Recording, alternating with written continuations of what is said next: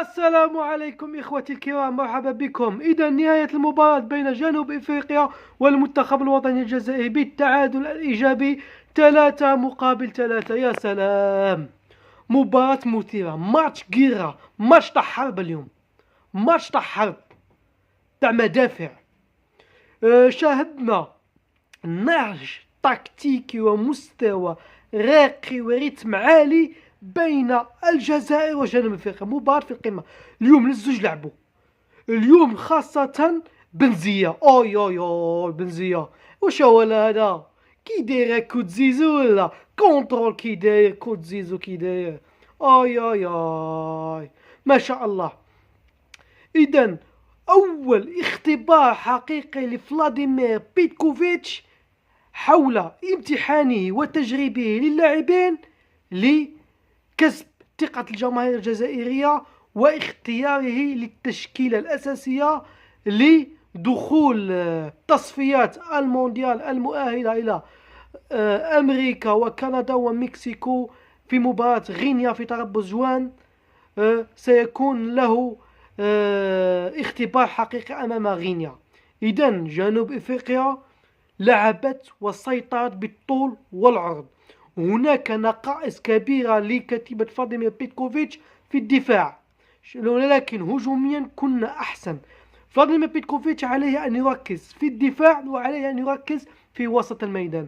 وشاهدنا فلاديمير بيتكوفيتش نسقه العالمي في التغييرات، في الكوتشينج العالمي، كوتشينج في المستوى. شاهدنا تغييرات تكتيكية في المستوى، ما شاهدناش تغييرات منصب بمنصب، شاهدنا تغييرات تكتيكية في المستوى. وخاصة عندما إدخاله في الشوط الثاني رامي الزروقي في مكان ربما في مكان نبيل بنطالب، وإدخاله لأحمد قندوسي في مكان محمد لمين عموة. وشاهدنا الكوتشينج العالمي في التغييرات، وشاهدنا كيف حول ريان أيت نوري إلى وسط الميدان وكان في المستوى عندما أدخل في مكانه جوان حجام ودخل منصف بقرة. شاهدنا تغييرات في المستوى، شاهدنا كوتشينج عالمي.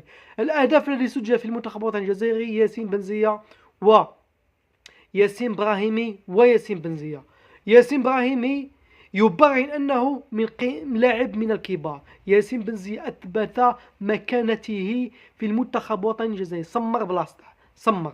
بالتوفيق للمنتخب الوطني الجزائري في قادم الاستحقاقات. أنا المباراة حاجة اللي عجبتني، كاين أمور إيجابية وأمور سلبية. محمد لامين مدني نزل شوية ناقص في الدفاع، ولكن كما نقولوا مازال ما والفش مع عيسى ماندي. وشاهدنا خاصة في وسط الميدان مازال رانا ناقصين بزاف بزاف بزاف. إذا اختبار حقيقي، كأننا نشاهد نصف نهائي كأس إفريقيا بين الجزائر وجنوب إفريقيا.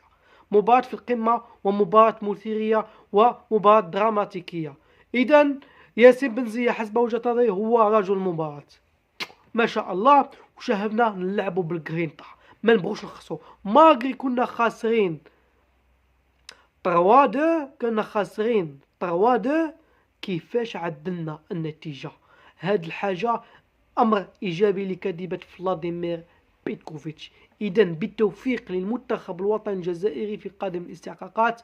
وهناك إحساس يبشر بالخير، لأن الجماهير الجزائرية، ونشكر الجماهير الجزائرية التي تواجدت في ملعب نيلسون مونديلا، التي أزرت وشجعت المنتخب الوطني الجزائري إلى آخر دقيقة. وشكرا جزيلا لكم، دمتم في رعاية الله وحفظه.